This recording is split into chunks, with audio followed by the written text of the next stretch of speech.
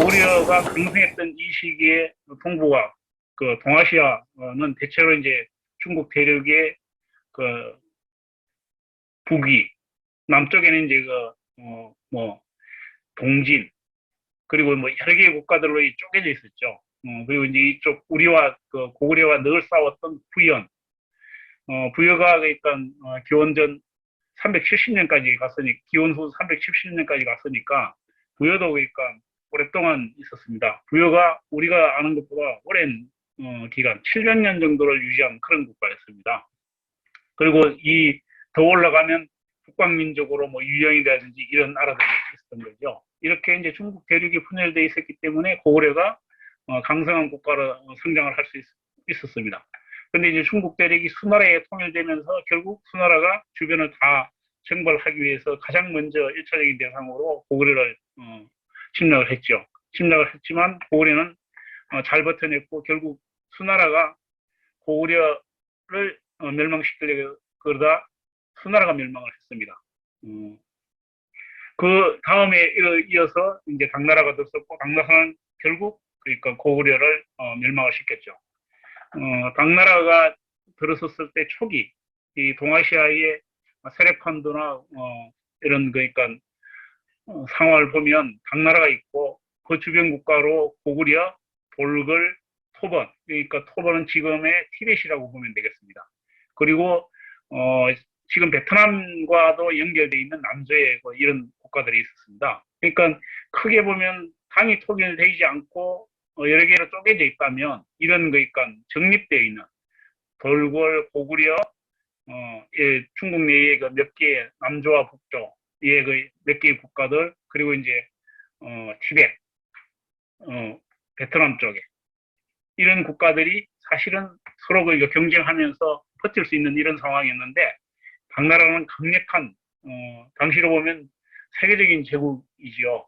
제가 저번에 말씀드렸던 것처럼 고구려가 인구가 대체로 한 350만 명 정도 될 거라고 추정을 하는데 당나라는 2,800명 정도, 2,800만 명 정도. 그러니까 7배, 8배 정도의 국력과 인구수 뭐 이런 것들을 가지고 있었고 동원 능력도 100만 명을 동원할 수 있었다면 고구려는 상시적으로 한 4만 명 정도를 동원할 수 있었고 최대한으로 동원을 할 때 30만 명 정도 이렇게 동원할 수 있었던 거죠.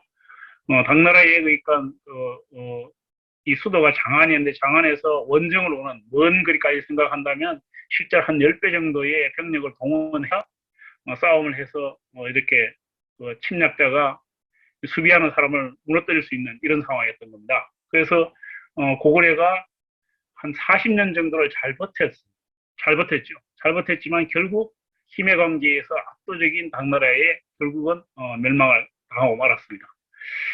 이렇게 되면서 이제 이른바 이제 당나라 중심의 당나라 통일된 그리고 중국 내부에 통일된 제국이 들어섰을 때는 이 중원 국가를 중심으로 해서 국제관계의 질서가 형성이 됩니다. 그게 이른바 이제 조공 책봉 관계라는 겁니다. 조공이라는 것은 서로 그러니까 무역 질서 이런 건데 작은 나라가 큰 나라에 그 공물을 바치는 거죠. 그런데 그게 형식적인 거고 실제로는 주는 것보다 받아오는 게 훨씬 더 많았다는 겁니다.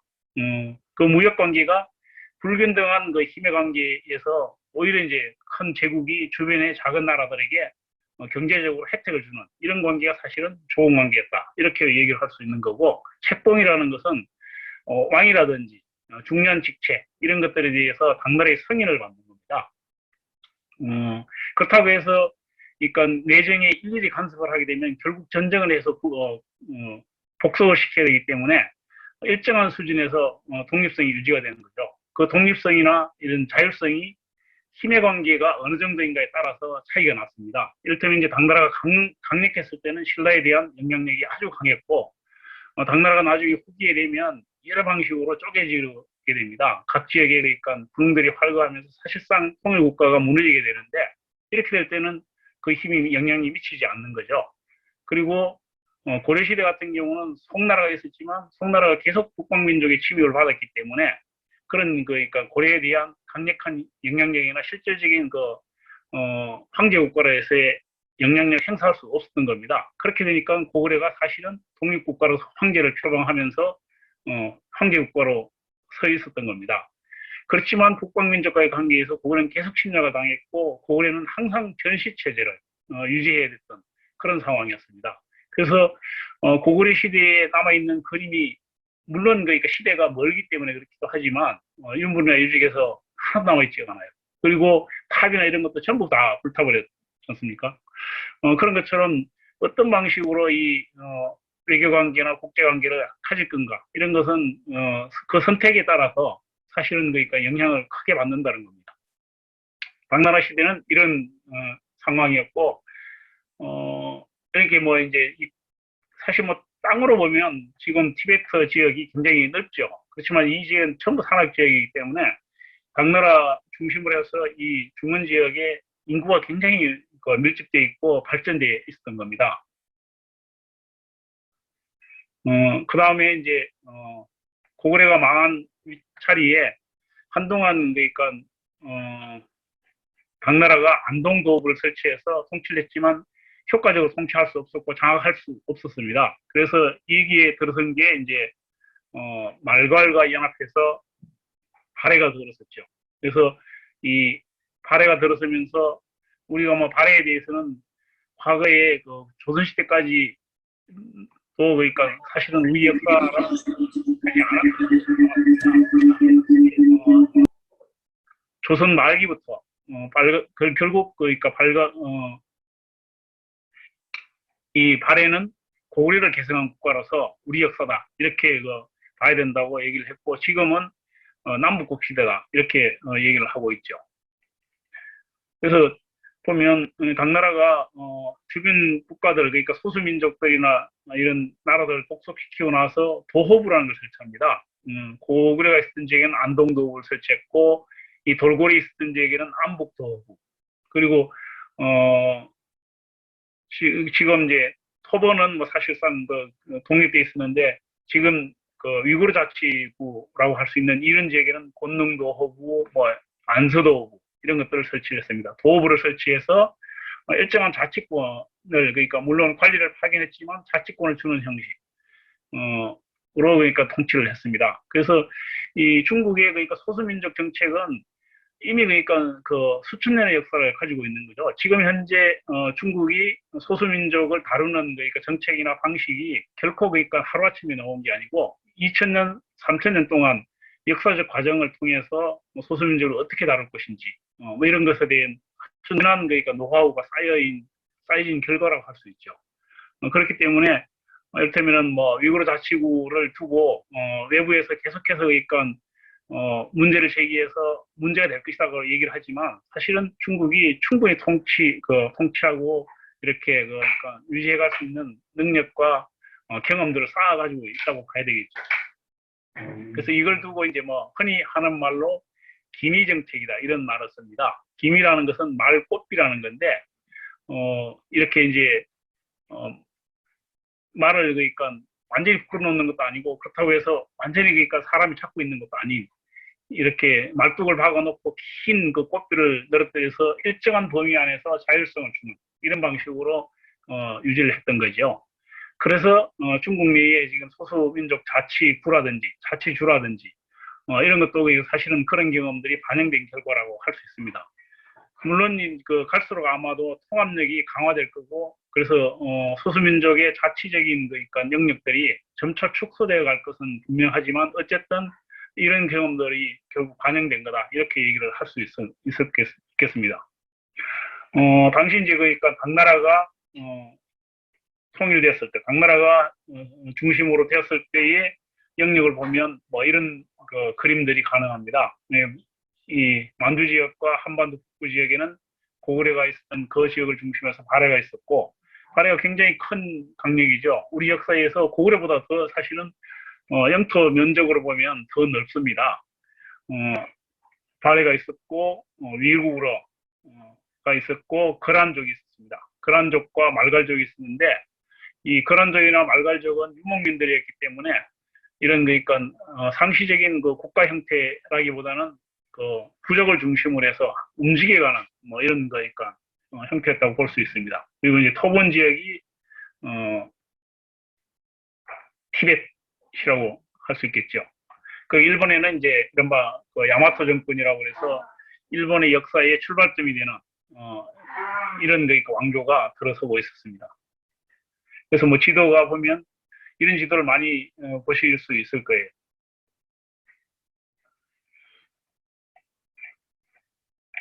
이 도호부나 뭐 이런 것들이 있었고, 그리고 이제 이슬람 제국이 있었는데 탈라스 전투라고 유명한 전투가 있었습니다. 이 전투에서 당나라가 패배했죠. 고려 시대를 한번 보겠습니다. 고려 시대는 보면 이제 북방민족이 아까 제가 말씀드렸던 것처럼 북방민족이 아주 그 강성해서 처음에 이제 거란이 헌기를 합니다. 거란이 이렇게 유목 국가였는데 중원을 장악한 게 아니라 이 동북 지역, 지금의 그 만주 지역을 중심으로 해서 그 몽골 지역까지 장악을 해서 요나라를 세웠죠. 요나라를 세워서 중국 이 본토, 그러니까 대륙 본토 지역으로 넘어오게 되는 겁니다. 넘어오게 되는데 이게 이제 한동안 이게 밀리니까 송나라가 계속 영역이 쪼그라들었죠. 쪼그라들어서 남쪽으로 밀려가는데 그 뒤에서 있던 여진족이 다시 그러니까 헌기를 합니다. 헌기를 하면서 요나라를 치고 멸망시켰죠. 요나라를 멸망시키는 과정에서 이 송나라가 요나라한테 그 초기에 굉장히 많이 당했기 때문에 그 여진과 손을 잡아서 완전히 요나라를 멸망시켜 버렸어요. 송나라는 우선 눈앞에 적이 있으니까 이 적을 그러니까 멸망시키면 좋을 거라고 생각을 했는데 결국 그 다음에는 이제 금나라가 강성해지니까 금나라한테 당하게 되는 거죠. 우리도 이 거란족한테는 고려 초기에 여러 차례 그러니까 침략을 당해서 뭐 1차, 2차, 3차, 4차에 걸쳐서 대대적인 그 침략을 당했죠. 이 침략을 당했고 다행히 많이 그러니까 고통을 받긴 했지만 그래도 완전히 그러니까 고려가 그러니까 국토 전체가 유린당하지는 않고 몇 차례에 걸쳐서 당하긴 했지만 외교적 방법으로, 그래서 서희의 이제 북방 외교라고 얘기를 하는데 외교적 방법으로 잘 해결을 했습니다. 요나라 입장에서도 사실은 한반도가 중요한 것이 아니고 중원이 중요했기 때문에 중원으로 들어가기 위해서는 배후가 되는 한반도를 항상 제압을 해놔야 되는 거죠. 나중에 그 청나라도 그렇고 요나라도 그렇고 금나라도 그렇고 모든 나라에 다 그렇습니다. 그래서 이제 고구려 왕기에서 일단 잘 문제를 해결하고 그 다음 이제 중원으로 넘어가게 됐던 거죠. 이런 이제 송나라는 그렇게 해서 계속 남쪽으로 밀렸는데 송나라가 굉장히 그 당시에 발전된 생활 수준을 보여주는 그림이 있습니다. 청명상하도라는 그 그림인데 이 그림을 보면 아주 굉장히 자세히 그려놨어요. 그리고 이게 그러니까 과연 1000년도 넘는 1500년 가까이 된 그 1300년? 1300년 정도 되는 거죠. 전에 이 정도로 그러니까 발전했을까 싶을 정도로 굉장히 그러니까 활발하고 사람들의 활기가 넘치고 생활 수준이 높다는 걸 볼 수가 있어요. 그 당시에 그랬기 때문에 굉장히 그러니까 정확하게 생활상을 보여주는 거죠. 이게 수도인 하이펑 개봉입니다.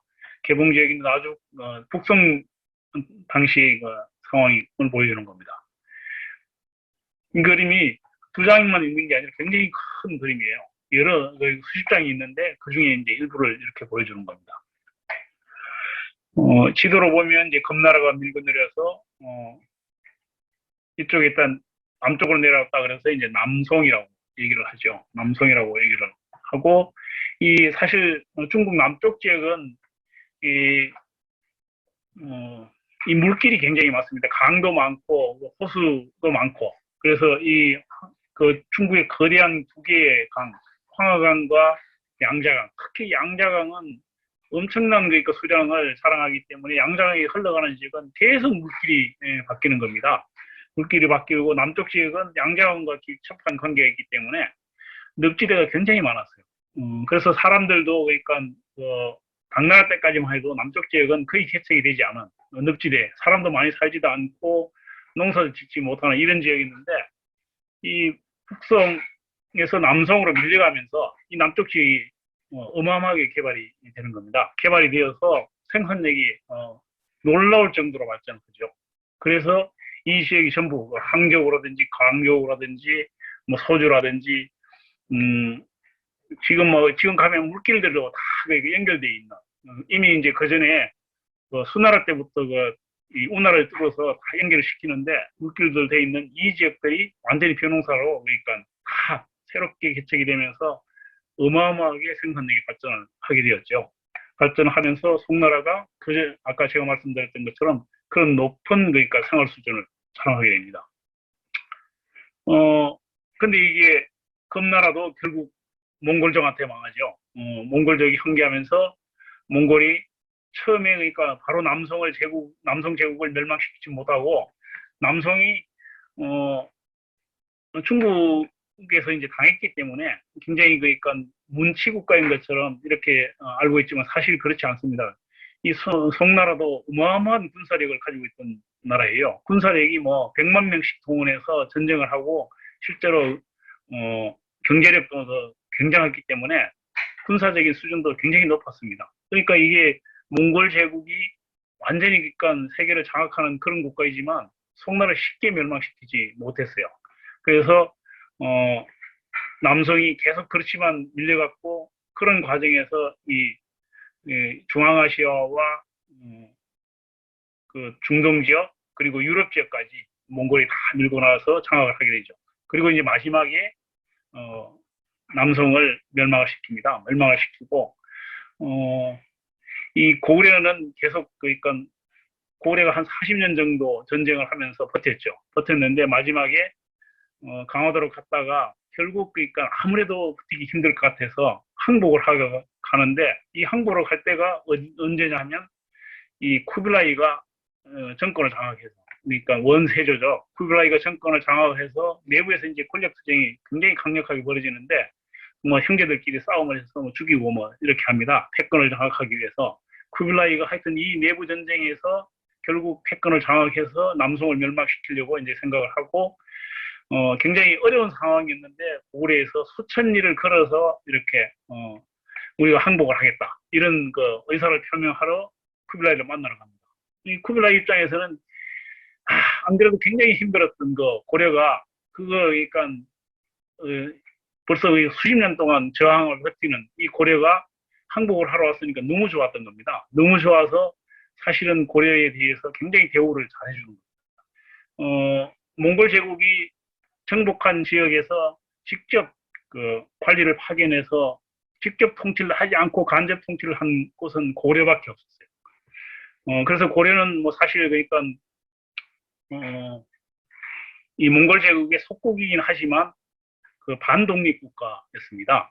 물론 이제 황제가 될 사람을 일찍부터 몽골로 데려가서 교육을 시키고 완전히 그러니까 몽고식의 교육을 시키고 사고방식 그리고 이제 충성을 맹세하게 만들지만 어쨌든 고려는 고려 사람에 의해서 통치를 하게 하는 그런 방식으로 반독립 국가 형태를 유지시키는 거죠. 그런 것이 가능했던 뭐 여러 가지 이유들이 있긴 하지만 그 중에 하나가 이렇게 쿠빌라이가 굉장히 어려웠을 때 우리가 시기를 잘 잡아서 한국 의사를 전달했기 때문에 거기에 대한 대가 이런 부분도 굉장히 컸다고 볼 수 있습니다. 그리고 이제 또 한편으로는 이 몽골이 사실 일본을 그러니까 일본 말을 잘 안 들으니까 일본을 침략하기 위해서 고려를 계속 괴롭혀요. 고려를 계속 동원해서 고려 이른바 그러니까 몽골과 그러니까 고려연합 고몽연합군이라고 그러죠. 고몽연합군이 일본을 침략을 하죠. 그래서 일본은 결국 그러니까 몽골에 의해서 정복을 당하지는 않지만 3차 정도에 걸쳐서 고몽연합군이 일본을 침략하기 때문에 이 고몽연합군의 침략이 일본의 역사에 엄청 큰 영향을 줬고 왕조가 바뀌게 되는 이런 그러니까 경험을 하게 되죠. 우리는 뭐 거기에 대해서 별로 그러니까 중요하게 생각하지 않지만 일본 역사에서는 굉장히 이 부분을 중요하게 보고 있습니다. 이 몽골 제국은 말 그대로 세계 제국입니다. 그러니까 제국이라고 이름을 붙이는 나라들이 여럿이 있지만 로마 제국이 있고 그리고 뭐 당나라나 청나라도 세계 제국으로 그러니까 손색이 없지만 몽골과 비교할 수는 없습니다. 그야말로 몽골은 유라시아 전체를 이렇게 장악을 했고 몽골이 이렇게 유라시아 전체를 장악을 하면서 유라시아가 완전히 사통팔달 그러니까 교통망이 완벽하게 그러니까 준비가 됩니다. 그전에는 국가와 국가 간, 민족과 민족 간의 이동이나 이런 것들이 사실은 그러니까 통치하는 영역이 다르기 때문에 제대로 그러니까 이루어지지 않았어요. 그런데 몽골이 세계 제국을 형성을 하면서 이 과정에서 아주 교통망이 잘 발달을 하죠. 그야말로 그러니까 역사를 이제 여러 가지 관점에서 볼 수 있지만 이런 관점에서 본다면 몽골 제국이 역사의 변화나 발전, 세계화, 뭐 이런 뭐 흔히 그러니까 세계화는 뭐 현대 최근에 와서 이루어진 것이지만 최초로 세계화를 이룬 그런 국가였다 이렇게 얘기를 할 수가 있겠습니다.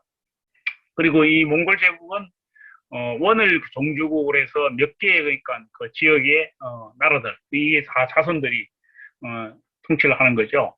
몽골은 그러니까 뭐 여러 가지 그러니까 풍습들이 있는데 그 중에 가장 재미있는 풍습은 가장 큰 아들을 가장 멀리 보내는 겁니다. 그 큰 아들을 제일 먼저 보내서 제일 먼 데다 보내. 이건 왜 그런지 뭐 저도 정확하게는 알 수 없는데 아마도 유목민족들이 독립을 시켜주는데 아들은 그 큰 아들은 나이 차이도 적고 또 한편으로 경쟁자라고 생각이 되는 거죠. 결국은 유목민족은 그러니까 같은 그 핏줄끼리 나중에 다 경쟁하고 싸워야 되기 때문에 그런 것 때문에 그런 게 아닌가 싶어요. 그래서 제일 먼저 그러니까 큰아들은 이 지역 그러니까 뭐 케포 공국이라고 얘기를 하는데 지금 우크라이나 지역이죠. 이 지역으로 보냅니다. 이게 제일 이 멀리가 큰아들입니다. 그리고 막내 아들을 마지막 가까이 데리고 있다가 막내 아들한테 모든 걸 다 물려줘요. 그래서 이제 화롯가의 아들이다 이렇게 얘기를 하는데 나중에는 뭐 그런 것이 그러니까 제대로 안 지켜지죠. 결국 그 권력 투쟁을 통해서 힘 있는 놈이 권력을 장악해서 뭐 특권을 가지게 되는 겁니다. 쿠빌라이도 그렇게 해서 뺏은 거예요. 손자죠. 쿠빌라이가 그 아들이 아니고 손자인데 몽케칸이라고 200의 그러니까 대칸이 죽으니까 그걸 놓고 권력 투쟁을 벌여서 장악을 한 겁니다. 그렇게 해서 이 송나라를 완전히 멸망시키고 원을 세웠고 원 제국이 결국 이 몽골 제국의 종주국입니다. 근데 이 관계도 나중엔 다 그러니까 쪼개져서 유지가 안 되죠. 어쨌든 이 몽골 제국이 만들어지면서 세계적인 그 교통망이나 이런 것들이 형성이 되었다. 그 몽골 제국 뭐 유라시아를 거의 다 그러니까 동쪽부터 서쪽까지 다 이렇게 연결했다고 보면 됩니다. 그래서 이런 교통망들이 만들어졌고 이런 거리이다. 그리고 이제 또 재밌는 것은 이 키예프 공국, 키예프 공국과 모스크바 공국이 있는데 이때는 이제 키예프가 훨씬 이제 문화가 발전되고 문명이 발전된 지역이었습니다. 키예프가 중심이었고 이 중에 이제 모스크바는 겨우 이제 아주 조그맣게 뭐 이렇게 서기 시작했는데 모스크바 공국한테 그 몽골 제국이 어떤 역할을 맡기냐 하면 세금을 걷어들이는 역할을 맡겨요. 그러니까 마름 역할을 맡긴 거죠.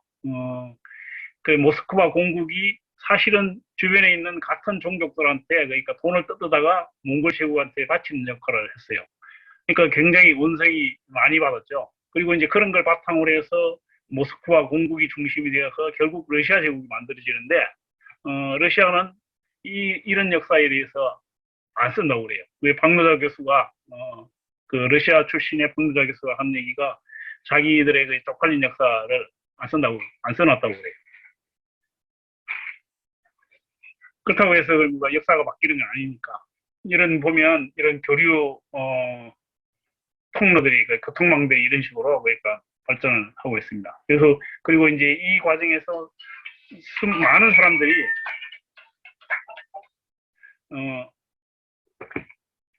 또 그러니까 여행을 하죠. 뭐 대표적인 사람이 마르코 폴로, 뭐 이런 이본 바투타 이런 사람들인데 이런 사람들이 있습니다. 이 지도가 하여튼 뭐 이렇게 그러니까 다 연결이 되는 겁니다. 고구려와 관계는 뭐 제가 얘기를 했으니까 넘어가겠습니다. 이제 몽골이 망하고 명나라가 이제 그 한족 국가가 들어서는데 다시 한족 국가가 들어섰죠. 명나라가 들어섰는데 명나라의 강력은 뭐 이렇게 그림을 그려놨지만 사실은 그 동북 지역은 초기부터 장악을 했던 것은 아니고 이 지역은 그 여진족이나 말갈족이나 이런 족들이 그러니까 살고 있었고 사실은 완전히 그러니까 명나라 초기에는 장악을 하지 못했던 그런 지역이었습니다. 그래서 이 지역을 뭐 우리가 장악하자. 그래서 정도전 같은 경우 이쪽을 정벌해야 된다 이런 주장을 펴기도 했는데 뭐 결국 조선이 선택한 것은 명나라와의 관계에서 4대 외교, 그러니까 큰 나라를 섬기는 방식으로 외교 정책을 잡았습니다. 그래서 이제 4대 외교를 하기 때문에 명나라와 싸움을 안 해도 되니까 중국 국가와 싸움을 안 해도 되니까 군사력에 쏟아야 될 이런 역량을 내부에 그러니까 문화를 발전시키는데 또 경제를 발전시키는데 이런 데 쏟을 수 있었죠. 그래서 조선이 적어도 그러니까 초기에 만들어졌을 때 정치 체제나 경제 체제나 이런 그 체제 자체는 세계적인 차원에서 최고의 수준에 있었다고 평가를 할 수가 있습니다. 이 당시 그 유럽 국가들을 본다면은 뭐 사실은 아직 그러니까 제대로 된 그 통치 체계나 이런 게 거의 만들어지지 않았던 그런 상황이었어요.